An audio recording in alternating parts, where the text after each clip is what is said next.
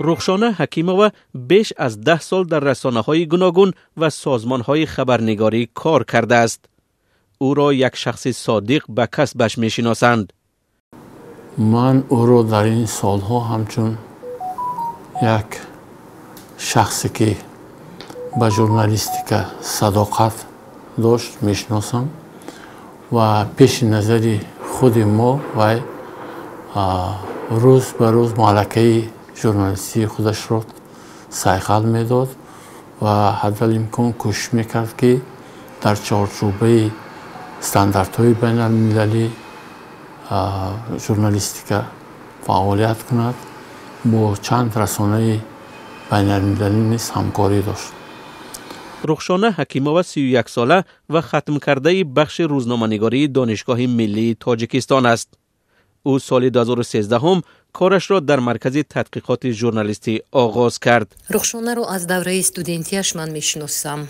او علاقه از کورسی نمیدونم 2 بود یا 3 بود. وقتی که دانشجو بود با ما همکاری رو سر کرده بود. در چندین ترینینگ و آموزش هایی که ما داشتیم و اشتراک کرده بود.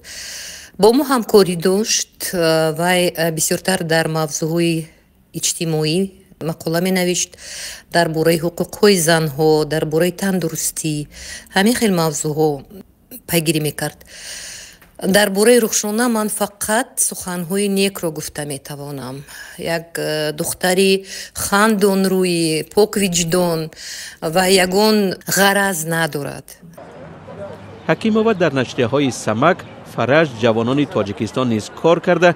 مطالب تحلیلی او در سامانه های کبر ازیا و فکت چک تی جی نیز نشر شدند. در شورای واسطه های اخبار عامه تاجیکستان به حیث یاور دبیر کل کار کرده است. 3 سال در انجمن ملی رسانه های مستقل تاجیکستان فعالیت داشت. حالا برای نگاه بین کودکانش در رخصتی قرار دارد. حکیمووا صاحب 2 فرزند است.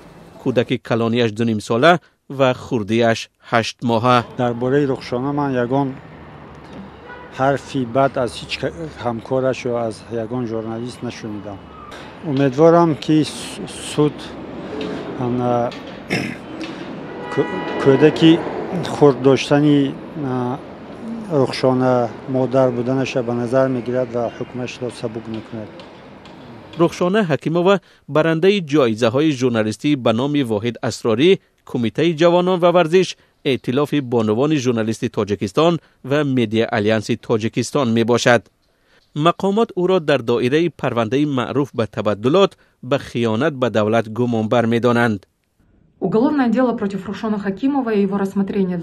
پرونده جنایی که علیه رخشانه پس درهای پوشیده می‌گذرد بسیار سوال‌های جدی را جهت اساسناک و عادلانه بودن آن به میان می‌آورد. به دلیل آنکه پرونده مهر مخفی دارد، نه رخشانه و نه وکیل دفاعش نمی‌توانند آشکارا بگویند که به کدام جرم او را گناهکار می‌حسابند. این البته بی‌اعتمادی جامعه را به این مرافعه دادگاهی به وجود می‌آورد. مقامات باید از تعقیب رخشانه دست کشد، مهر مخفی را از این پرونده بردارند و امکانیت دهند که او آزادانه و آشکارا خودش را محافظت کند. یک منبع نزدیک به تفتیشات پرونده رخشانه حکیمووا را به پرسش در مورد نفوذ چین در تاجیکستان ربط داد.